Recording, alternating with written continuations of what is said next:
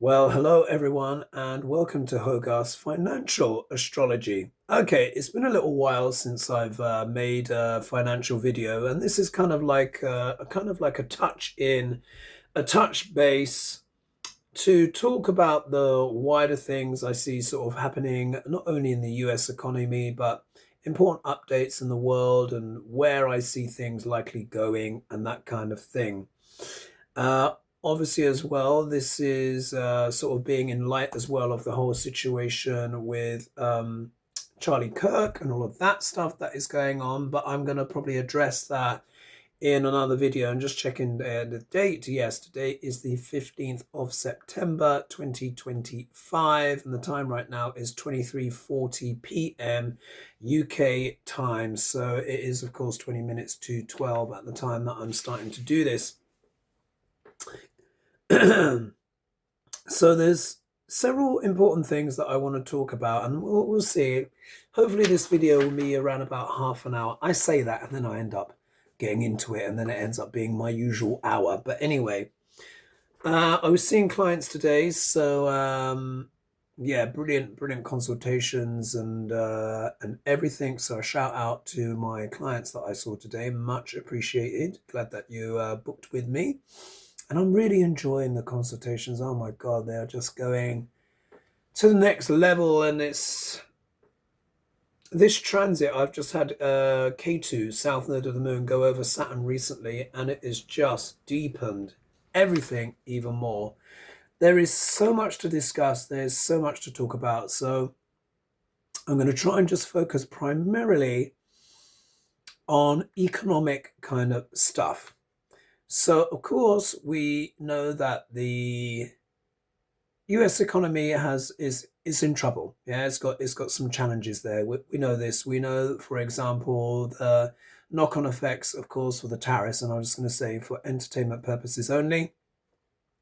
So, of course, we had the tariffs, or the what is it called? Was it called Freedom? What is it called? Freedom Day or whatever?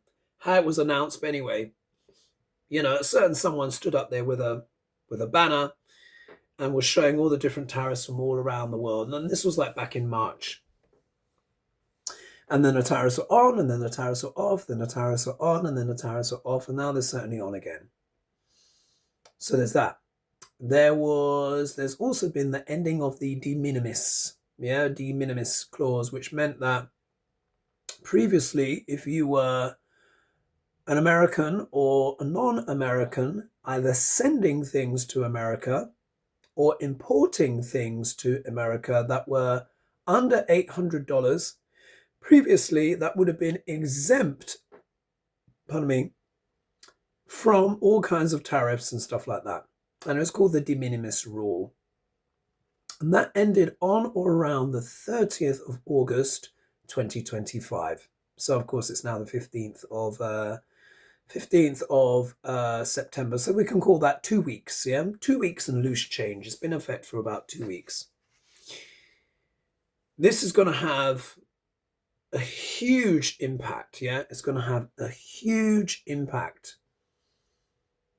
on small and medium businesses. Small and medium businesses. This is absolutely massive. Because, as you can imagine, many small and medium businesses were either importing or exporting to America many items that were under $800, and they didn't have to worry about the tariffs. Now it's kind of that tariff is sort of like pretty much based on the base tariff rate of the country it's coming from. And, I think there's a bracket for 16% tariffs, and then above 20% tariffs, and then above that, like 30 something, it goes up. From what I understand, what I do know for sure is that the absolute minimum, regardless, even if you were just sending a pen, across, you bought a pen in China, imported it, or some batteries or something. Let's just say, for example, argument's sake, you just imported some cheap batteries that cost maybe $2 or $3 each. And if that came in one package, the minimum charge for that would be $80. Yeah, $80. So those $3 batteries, which you may have ordered off Temu, or let's just say a phone charger, for example, for $5. that phone charger then becomes what? $85. Yeah. Because now obviously the person exporting doesn't pay the tariff, but the company that receives it does. Or simply you do, yeah, as the consumer. And then it goes, I think it's like $80, then $120, I think, or maybe $100, 120, and then it goes up, I think, to $200, yeah, per package. So of course, if you've got a giant package that's full of all kind of materials and stuff like that, then you're paying okay $200 on that. But if you're buying this, yeah, and it's from a high tariffed country, say like China, which is above 30%, isn't it? Brazil is now, what is it, 50%? India, I think 50%. Obviously, they're going to try and there'll be even more shifting on that. But imagine that. If I ordered these from China as a US citizen, this could be over $200 for pens. Yeah, for pens. Yeah, pens. Or the like. Forgive me if that's not quite 100%, but I think that is pretty much there. So there's that. And this is going to have an absolutely, this is not even going to have, it is having a massive impact, a huge impact. And let's just put it this way. The current regime really doesn't want to be talking about this right now, as it doesn't want to be talking about certain files as well. And I just cannot help but think that with what's happened with Kirk, and there's many question marks as well about the whole scenario leading up to and afterwards, and the gunman folding it away, not folding it away, what he was wearing, did he climbing off the roof, not the roof. And let's just say that some of Kirk's donors wasn't too pleased with his message in terms of either critiquing the US going into conflict with Iran, which I've just been catching up now on some details, again, by independent channels, which are also referencing things like, either it's a CNN or Fox, etc., compiling the clips together to present, certain arguments and stuff. But there are articles out there where it said Mr. Kirk was quite afraid of certain aspects of a government right now who is doing a lot of things, shall we say, in the Gaza Strip, yeah, and all that part of the world. Yeah, you know what I'm talking about. It's a very influential foreign government that has a lot of very powerful and wealthy donors. Yeah. And apparently Mr. Kirk was very afraid of them. And when he went to speak to Duck Larange, look at that, I wasn't even intending to, wasn't I? I was talking about economy and I'm going here, but it's connected. It's connected. And Tucker Carlson was being interviewed. And Tucker Carlson what's the name? Something Kelly or Kelly? I can't remember. But, they're both, as we know, further to the right. I can't remember what her name is. But the blonde lady, very structured. And he was saying, listen, Kirk was a good friend of mine. And he's been very worried because he spoke to Duck Larange in person, apparently in the White House, and said, look, this conflict with Iran is probably not a good idea. And I say this with love, but, I don't want you to do this. Now, don't get me wrong. In fact, the way things are going now, you can't say anything this way and the other. But let me just continue. I'll just continue with what was said. And what Mr. Carlson has said on camera is that those donors to his platform were very, very upset with him because they wanted him to toe a certain narrative, yeah, which was pro-strike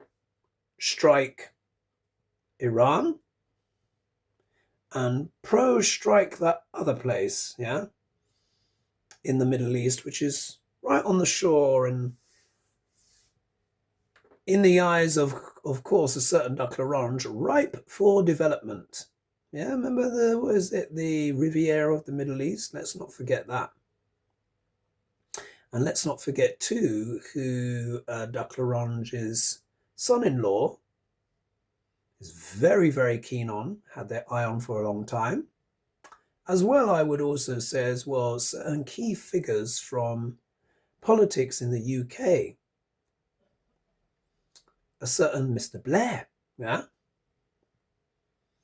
And there are many advanced plans already drawn up. I've seen the plans. I can't remember where I saw them. It was on some channel, but they showed the plans, yeah, what they have for the Riviera of the Middle East, yeah, which we all know from that AI video where I'm talking about. And forgive me for being a little bit coded here, but we've got to be very careful now.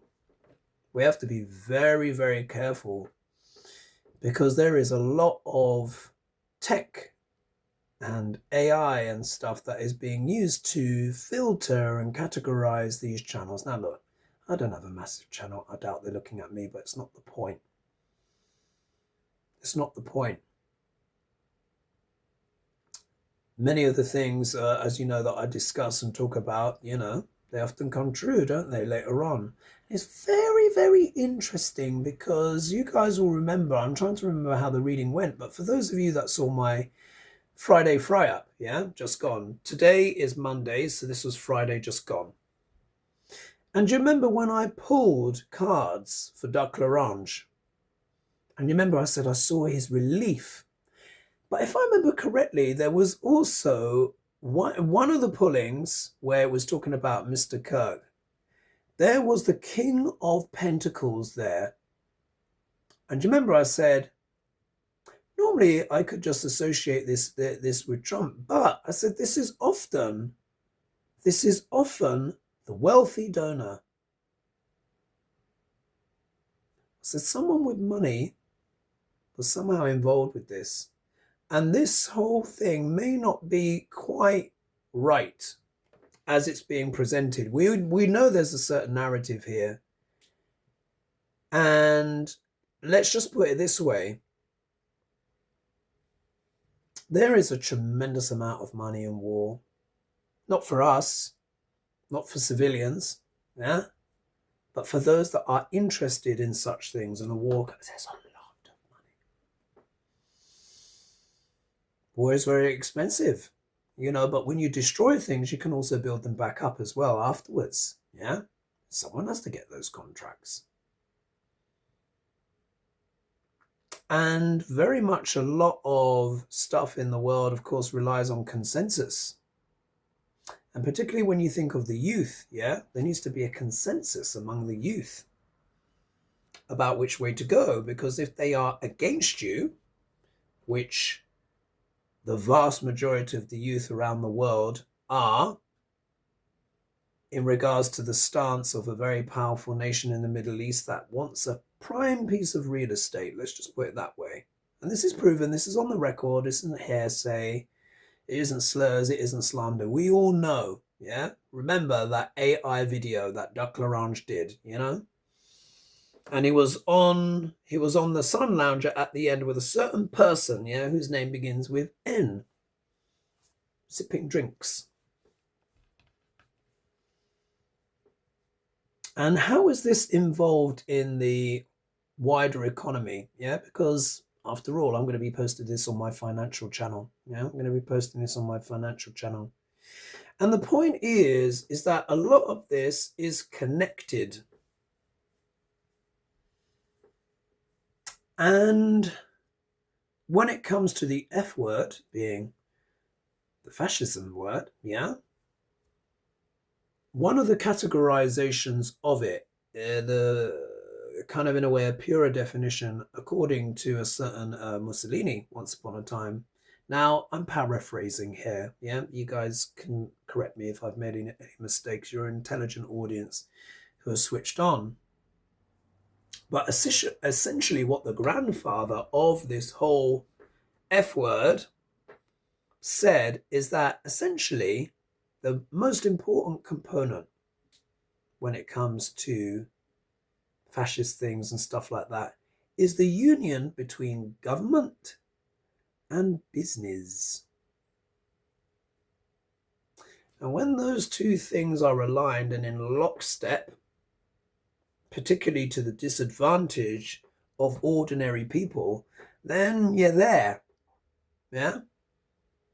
It's a slightly looser definition, and obviously people would add things, well, what about genocide, blah, blah, blah, this, that, and the other. But it is essentially a union of those two things. And look at the world that we live in today.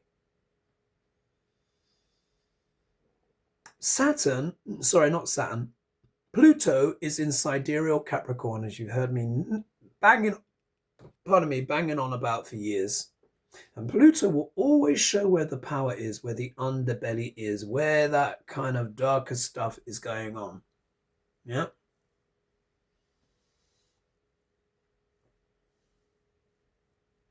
And Pluto is in Capricorn, which belongs to Saturn. And Saturn is the planet of what? Government. Capricorn deals with government, infrastructure, hierarchical structures, rules, regulations.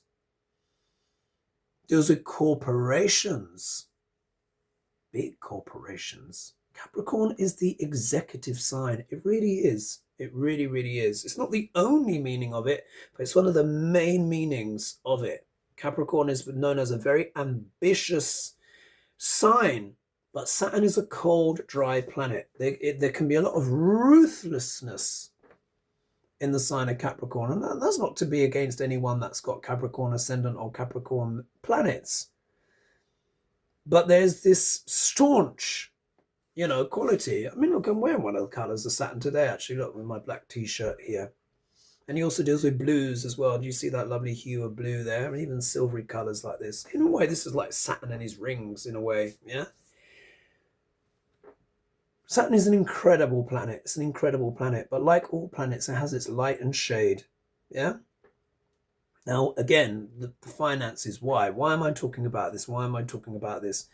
Is because it is connected. And I wasn't actually even quite expecting for me to go down this train of thought.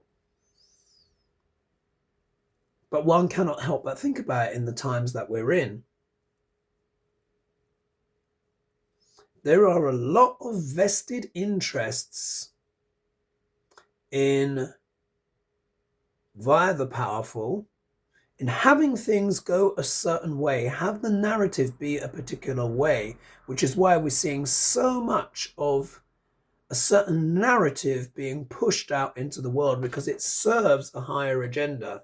Because if you can convince enough people that it's all the liberals' fault, yeah, and all of this stuff, then you can crack down on all that stuff.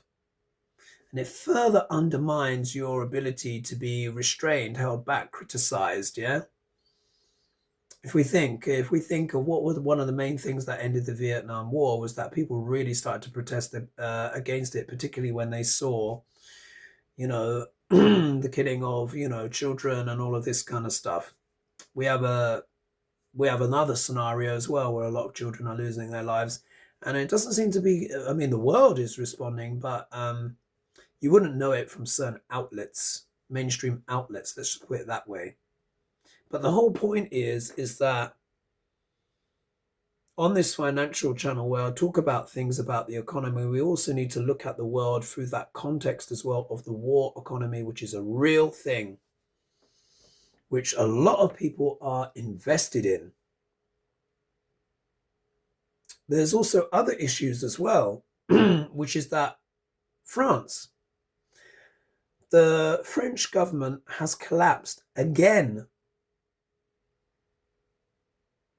And the guy, now who's the, let me just see here. Where did I write down his name? Here we are.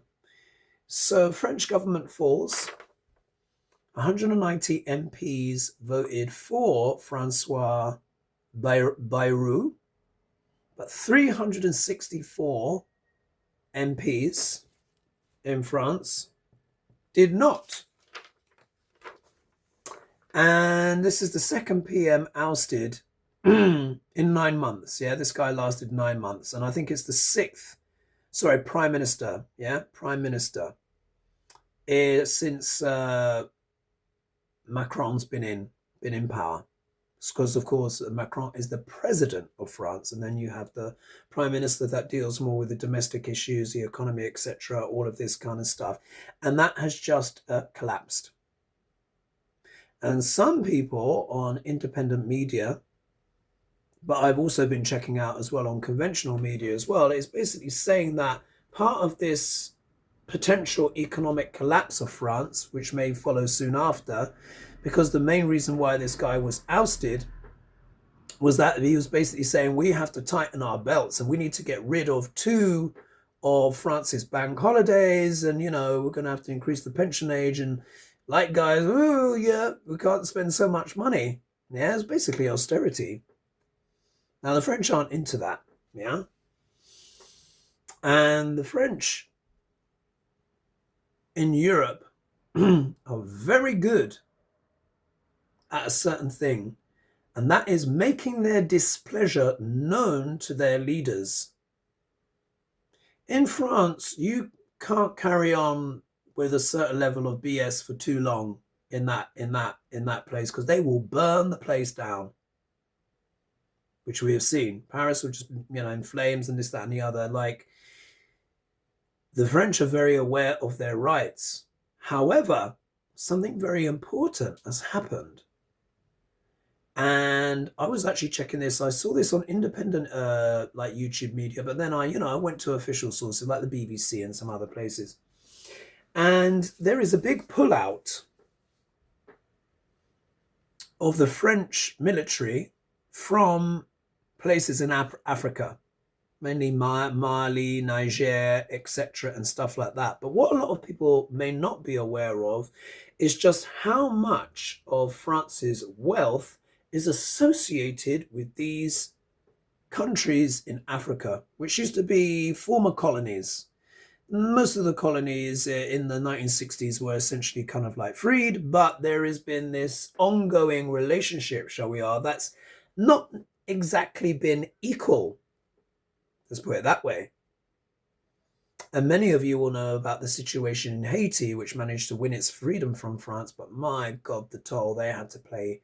Hundreds of billions. This is part of the reason why Haiti is such a basket case right now, because they've got no money to do anything, yeah, because they've been paying off France. But there is a sea change, because what happens is when Pluto is in Capricorn, the sign of business, it means something breaks down. Remember, Pluto breaks something down, reveals all the muck and gunge and stuff, and then something has to be reconfigured, made anew. And one of the perfect analogies for this concept, well, everyone knows, well, I don't want to assume, but Pluto is also represented by the phoenix, yeah, rising from the ashes. And the planets, they speak in metaphor and allegory and symbolism. Now, of course, as you know, I'm a Neo-Vedic astrologer, so I take the Vedic placements, which are basically the same as NASA. But like I said, any Western astrologer that is good, a good astrologer is a good astrologer at the end of the day. It really is. But what I find is, if you want to know concrete manifestations of how things likely are to go on planet Earth, then the Vedic is very, very good. And Pluto, planet of death, rebirth, phoenix rising from the ashes, was prior to 2021, yeah, because it moved into sidereal Capricorn on the 1st of January 2021. It ingressed in a little bit, retrograded back, and then basically stayed, yeah. staged properly from January 1st, 2021. 6 days later, we had the insurrection. Yeah. So there, what? Government. Yeah. And I made my predictions on this. You guys can see the receipts, wind back the tape. And I made my predictions actually in November of 2020. I said something crazy is going to happen at the Capitol. I said Duck Larange is going to lose his mind. Something poopy is going to happen there because Pluto is going through the tail of the flying gripe, which is a type of eagle. And the tail end is always the poopy end of a bird. Yeah. But the point is, prior to that, in those years prior, Pluto was in sidereal Sagittarius, which is the sign of religion, spirituality, fanaticism, stuff like that. We were having what? Remember the war on terror, the beheadings, jihad, and all of that stuff? We were also having what? The scandals in the Catholic Church, which the last Pope wanted to apologize for. Yeah, and he said, we still need to keep reforming. Yeah, the last Pope. What is it? Pope Francis. Yeah. The one previous to that stepped down. Yeah, he abdicated, which was what? Benedict. Was it? Wasn't it Benedict? Was it Benedict? I think it was Pope Benedict before that. Forgive me if I'm wrong. Correct me if I'm wrong. Let me know in the thingy bob if I've got the previous Pope to Francis was, I think it was Benedict. Anyway, so Benedict essentially abdicated because this is actually a royal position, believe it or not. Yeah. The Pope is also a prince, and we must remember that.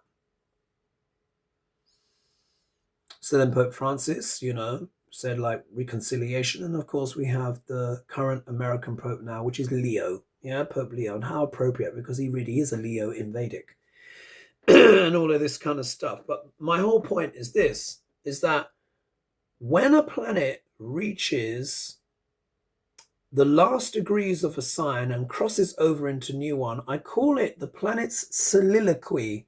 Now, you guys know that I'm very fond of, old Shakespeare, yep. And the soliloquy is a fantastic dramatic device where a character will stand and they will make a statement. And within it, we learn what is going on in that character's heart and mind. And of course, one of the most famous soliloquies, of course, is Macbeth.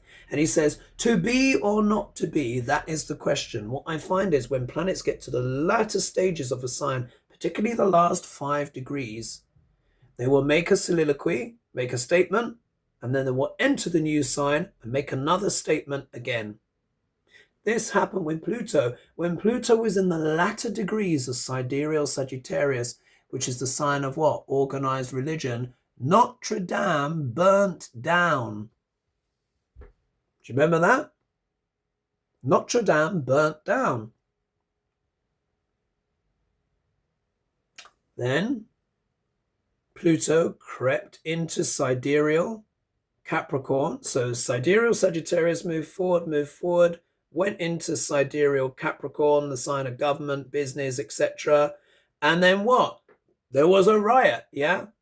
The insurrection at the Capitol, government. And they scraped poop on the walls and other things. Yeah, police officers died. You don't need me to tell you this. You guys know it already. But isn't that interesting? We have the soliloquy towards the end of Sagittarius. Notre Dame burns down. Then he goes into Capricorn. Then we have a riot at the Capitol. But since then, Notre Dame has been rebuilt. Took a bit longer. I can't remember how many years. What is it, 5 years or something like that? And now it is resplendent.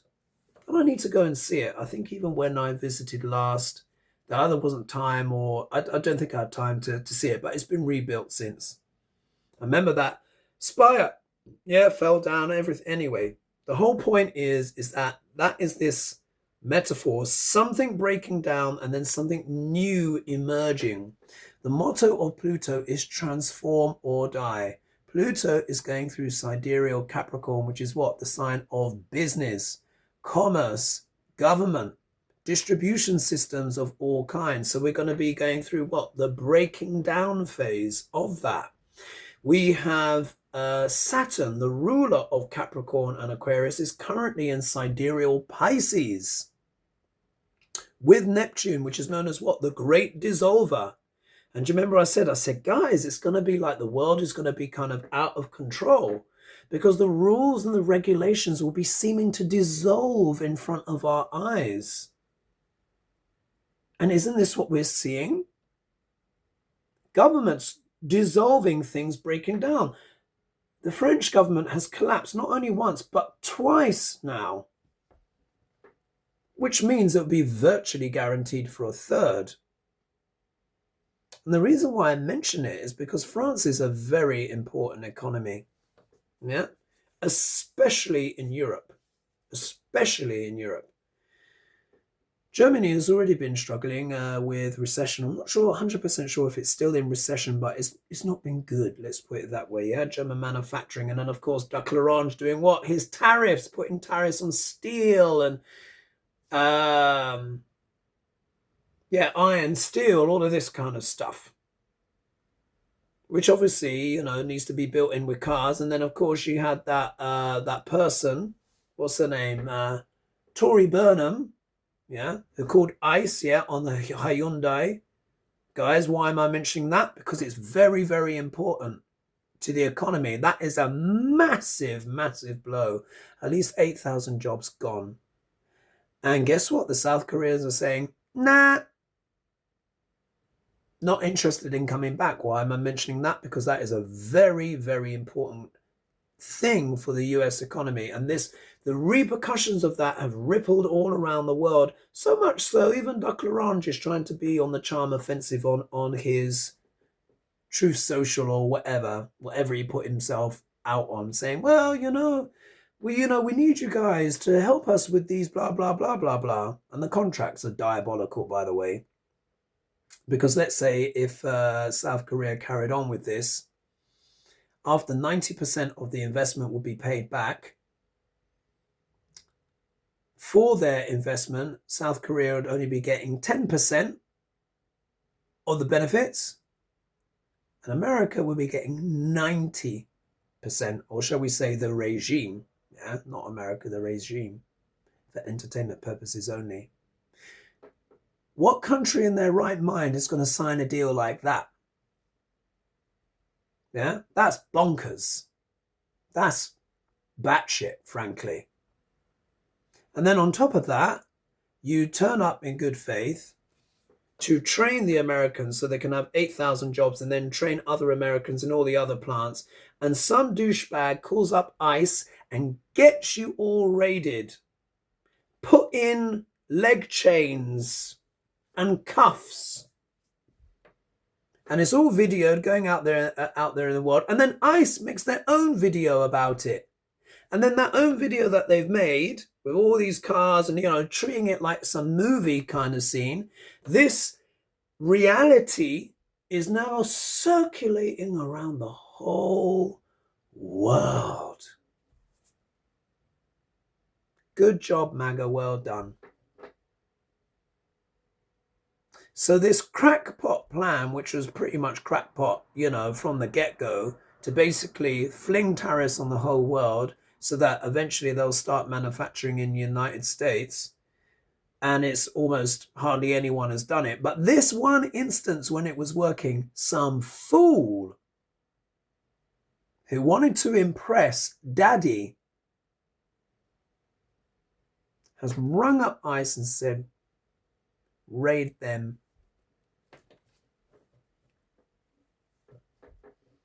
The damage is astonishing. And to treat an ally like that, this has gone down, needless to say, like a cold cup of sick in South Korea, and they are livid. One of the worst things you can do, particularly in East Asian culture, is humiliate someone publicly. Do you know, apparently in Japan, one of the worst things you can do if you really, really despise someone and someone's really pissed off, you stand outside of their house and say, they owe me money. Oh, social death. So imagine how South Korea is responding, seeing their citizens that were there legally literally handcuffed and put in leg irons with the chains, like they're slaves or something, adding to that humiliation, as if they even needed to do that with calm, peaceful South Korean workers.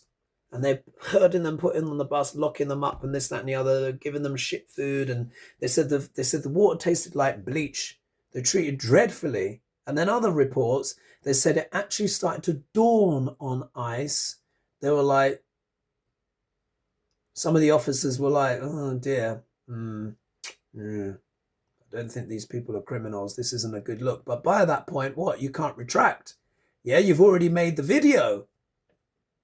You've already bragged about it. And these videos are going all around the world. And it is sending the message, if you trade with the US, you might get slapped in leg irons and handcuffed.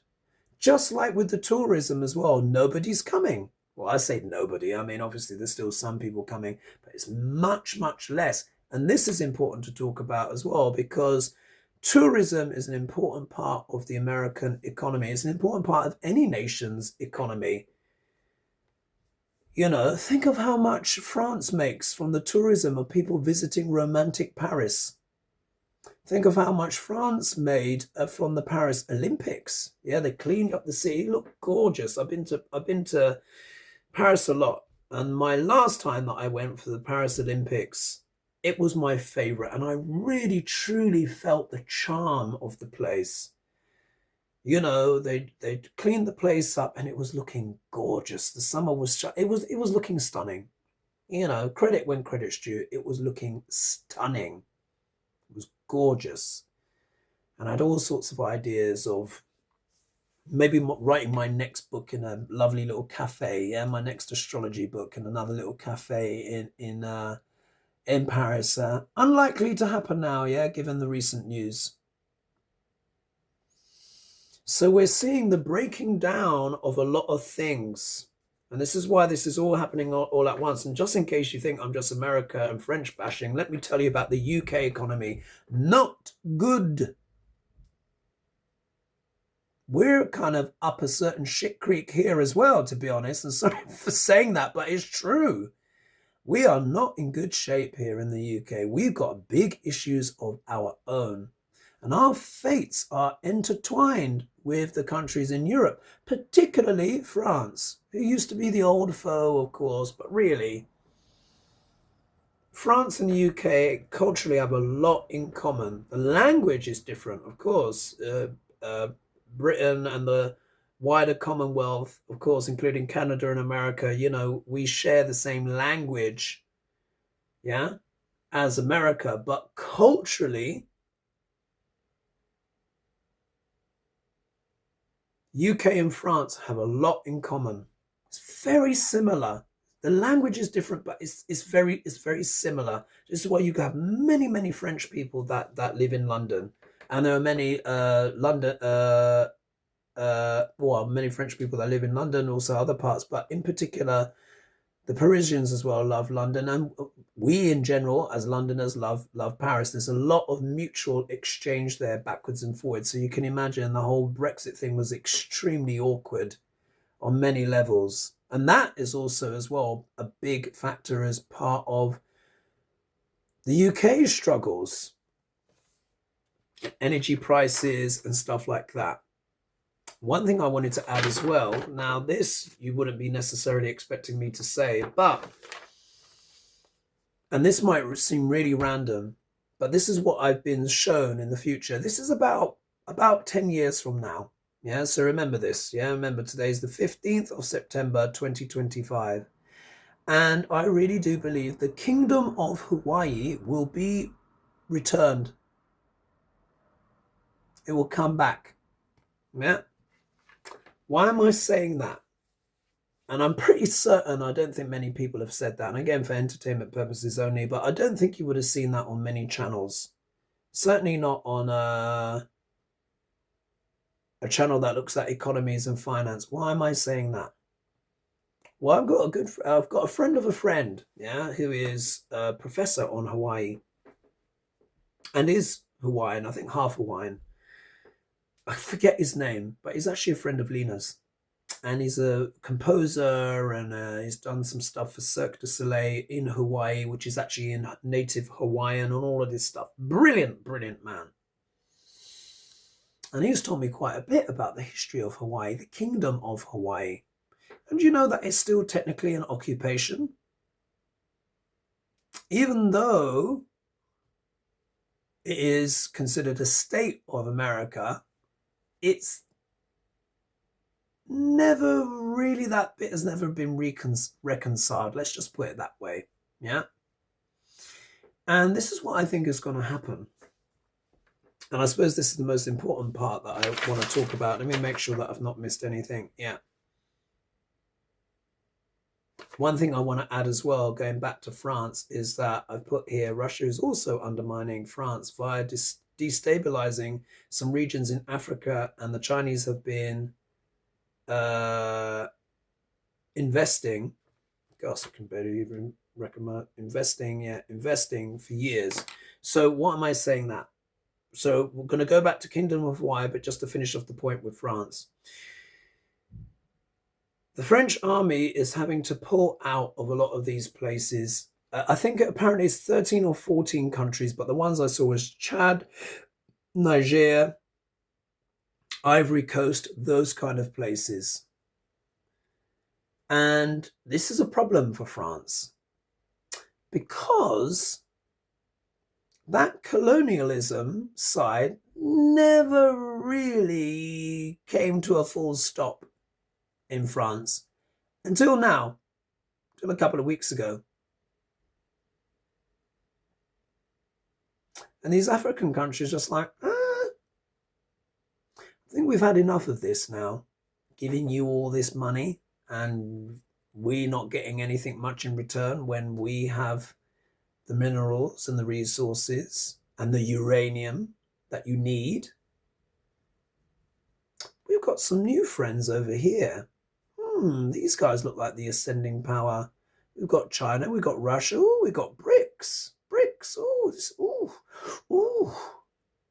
Oh, that's looking quite nice. BRICS. You can build things with BRICS. You're only offering us exploitation. Yeah, this is a one-way street. So maybe we don't need you so much anymore. And the reason why I'm mentioning that is because this feeds into a wider thing. Do you remember how I said when a planet returns, it will reflect? It's like you have a mirror image. And remember too as well, like here I am with my... And I keep forgetting to say this about Duck L'Orange, and I'm going to say it now because I've remembered it. I remember it in my consultations, but I forget to say it in videos. And remember my other nickname for Duck L'Orange, which is TRUMP, is Black Mirror. Now, why do I say that? Because once upon a time, before conventional mirrors were around with the silver backing and all of that kind of stuff, most mirrors were this. Yeah? You see here? You see a little reflection here? And this, of course, for those that know your crystals and your stones, this is a piece of obsidian, which is said to protect against dark forces, yeah? And the evil eye. And I have to hold this quite often now, yeah? Because there's many forces out there that don't want channels like mine to do well. Let's put it that way. And of course, as you can see here now, this is curved, so it bends the shadow. But before, they used to be flat. And that was the mirror once upon a time. Now, obviously in broad daylight, brighter, polished, you'll get a better reflection, but it'll still be a dark reflection. And that's what Duck L'Orange is. He is a dark reflection of something within the recesses and the psyche, yeah, of the states, but also the nature of capitalism itself and its exploitative nature. And what I was thinking about, and what happens is, when a planet returns to where it was originally in our chart, we instinctively reflect, or themes reflect. Now, with the quicker moving planets, it's a bit more, I mean, the obvious one, of course, is the sun, yeah? Comes back to the same place And we call it our birthday. It's a solar return. Now, of course, we are going around the sun, not the sun going around us. But when we're talking about astrology, it seems like the sun moves across the sky. Yeah. But either way, each birthday, we do what? We reflect. And because it happens every year, ideally, if we're not dead, yeah, and hopefully if we live a nice long life, we get lots of birthdays. And it's every birthday is an opportunity to reflect on the year that went before. Now imagine with the other planets that take longer to go around, yeah? So, Mercury, Venus take about a year because they follow closely to the sun. So their orbit's roughly about a year because they're dragged along. And they can never be more than two places away from the sun.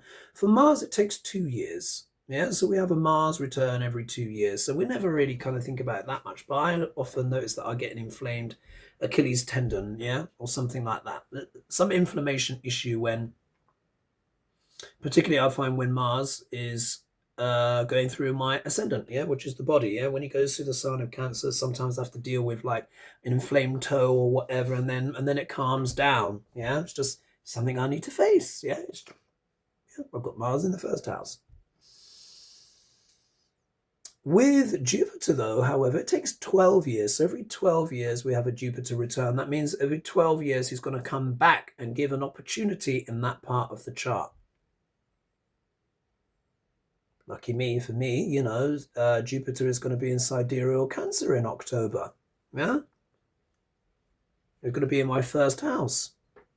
Hopefully that's going to be pretty cool. At the moment, it's in my 12th. Yeah, 12th house also deals with expenses, incomes, outgoings, and stuff like that.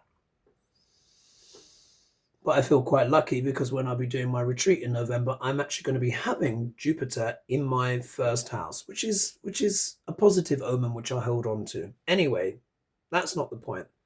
That's every 12 years. With Saturn, it's every 29 years. With Uranus, he returns every 84 years. That's when most of us leave planet Earth, by the way, when you look at the average. Yeah, the average life expectancy now in the West, forgiving for variations. Obviously, in the US, it's going down a bit. Other places, it's going up a bit. But 84 or, the mid-80s is the time when most of us go. Yeah. But then after that, you have Neptune, 165 years for it to return. The last time Neptune was in sidereal Pisces was about 165 years ago, which actually was one of the big times of the spiritualist movement all around the world. Madame Blavatsky, all of this stuff, etc. All of the, thingy bob of the Golden Dawn, all of this kind of stuff. Lots of culty stuff going on as well. And how relevant is that? Yeah, because we're dealing with a lot of cults right now. And Neptune is very powerful in the sign of Pisces because it's a sign of co-rulership with Jupiter. Yeah, Neptune is the modern ruler. But it's also transiting with Saturn, which is the planet of business, also the planet of reality, structure, order. So what you have is you have Neptune's influence, who's known as the Great Dissolver. I always say wherever Neptune is, there is seawater. So he dissolves down Saturn. Yeah, when they touch, when they come together, remember they're virtually at the same degree and they're staying together for quite a while. And I think in early February, they're going to be at the exact degree. They come exact. February 2026. And this video is going to be even more relevant then than it is now, because I'm obviously describing what is coming forward. Neptune dissolves things, whatever it touches. If Saturn is the government, it's like governments are dissolving around the world. Rules, regulations seem to be what? Breaking down. But Saturn is the planet of reality. Neptune can be the planet of what? Illusions, delusions, cults. So there is an element where illusions and delusions are being destroyed. But there's also an element where cults could be what? Doubling down. We see this happening now. And it's not just MAGA. MAGA's not the only cult out there. I think we're finding out there are many cults, particularly when it comes to this. and lobbying and stuff like that. And we're finding out there are many people that are lobbied, that are signed up to certain ideologies which stops them acting freely. Let's just put it that way. You don't have to be that intelligent to work that one out. Yeah. When we think of a big lobby body that is very interested in a certain part of the Middle East, it's got a long coastline. Ooh, prime real estate with a lot of people on it. That kind of need to be. And part of that, getting them to go, there needs to be consensus. And in part of, to get a consensus, you need people that are influential. Maybe you need someone that has a big following with the youth. Yeah, big following with the youth. With conservative values. That may be quite pro the agenda. But then what happens when that person starts to misbehave? What happens when that person starts to speak up to the main stooge, the orange one? What happens then? Very interesting that, isn't it? I just want to leave that with you because it is a very important ingredient in this story that is unfolding. Now, of course, there is a narrative, and from what we understand, the killer has been found, but there are still anomalies in the story. Folding up the gun, unfolding the gun, the gun was down the leg, then the person's on the roof. There's all of this story of trans and blah, blah, blah narrative, which is turning out not to be true, but is still being pushed, yeah, for entertainment purposes only. But then the person themselves doesn't seem to be coordinating with the investigation, yeah? There seems to be an anomaly. Even words of a doppelganger or maybe someone else being there. He was wearing one clothing, one thing. Coming up the stairwell, he was wearing something else. And then apparently he changed again. Did all that, shot, and then changed and dismantled the gun and then ran off the roof. Really? In those minutes? Person running off the roof.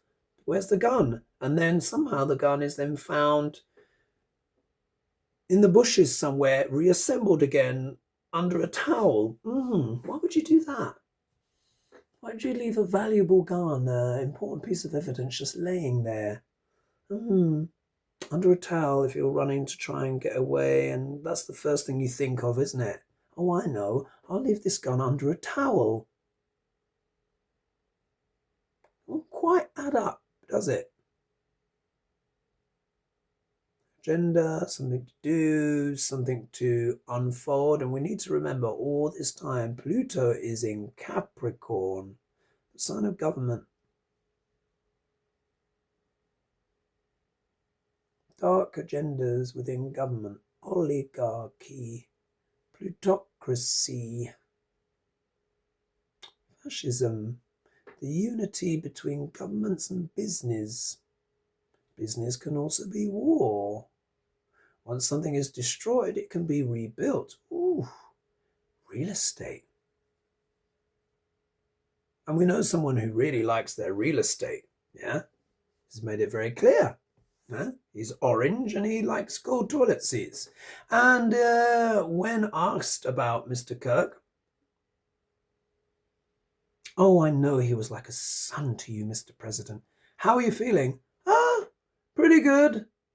Look, the trucks are here. You see, the trucks are here to build the ballroom. Blah, blah, blah, blah, blah, blah, blah, blah. Not a mention of Mr. Kirk. And apparently, when a certain Mr. Kirk expressed his views and said, Mr. President, this is... Now, look, don't get me wrong. I'm not defending things that he has said, but I'm just not even going to go there, because what is happening now is they're now trying to arrest people for expressing their opinions on Mr. Kirk and what he said, just repeating what the guy said.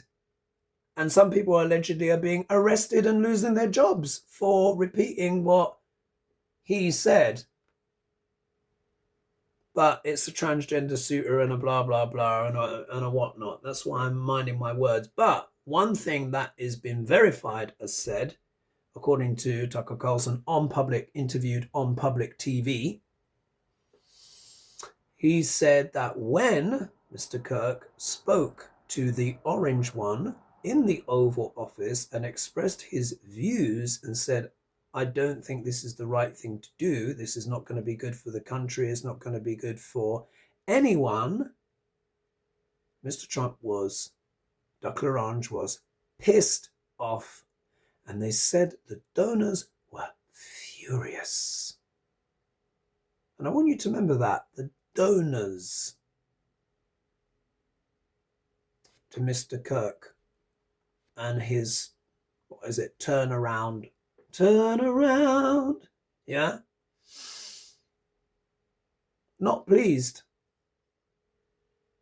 Because if you are an influencer with millions of followers, that's a lot of people you can get on your side. And it gives a lot of power, and it also gives a lot of responsibility, but it also attracts the attention, yeah, of those that would prefer a narrative to be a certain way. And I think all is not what it seems. And I think there is more to this thing. Of course, we stick with the official. I mean, look, with the shooter, yeah, it's being established what the background was, and that obviously is why he was a groyper, yeah, which is Fuentes, yeah, Mr. Fuentes, who has been a vocal critic of Mr. Kirk. Not saying he was quite far whatever enough, yeah. So he's had beef to grind. But when I heard about the donors and when I remember that reading, it was in my Friday fry-up. Check back on that video for me and see what I put, because I can't remember. Sometimes it's late here, you know, I can't be asked.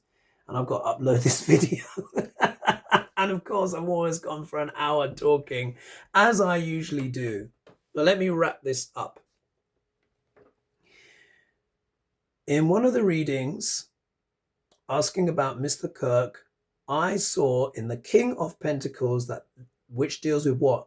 Donors. I said there's people with big money here. I can't remember exactly what I said because it's like I'm channeling at the time and I forget. I really do. I really forget. And then I'm too busy or too tired to go back and trawl through the tapes and be like, oh, look, this is where I said it. But it's recent. It's not that long. You can just go and look at the last video. And this is going to be published on my financial channel anyway, and I'll probably share this with members. But anyway, the point is, I got the distinct sense that there was donors part of it. That King of Pentacles, it means that the donor class, investors. And when I was reading on Mr. Kirk, that came up along with Fuentes when I was talking about that as well. And then when I read on how Duck Orange is feeling, yeah, I said he is relieved. Yeah, relieved. This guy who's supposed to be like his son, and then the president is asked about him, and he goes, oh, he doesn't even mention his name. He goes, look, the trucks are here for my ballroom. Obviously, he didn't quite say it in that way, but that's what he said. Kirk's name didn't even cross his lips. Because while we're talking about this, we're not talking about something else, aren't we? So those certain e-files, yeah, that everyone wants to see released. And it's also a big distraction as well, because we're not talking about the US economy either, are we? And all of that stuff going on, yeah? The rents, the mortgages, cost of living, etc. All of that stuff that was gaining momentum has conveniently disappeared. So I'm going to leave it there, bit of a tangent, and I hope you find that interesting. Please be sure to like and subscribe, and I'll see you all soon. All right, big love. Bye-bye for now.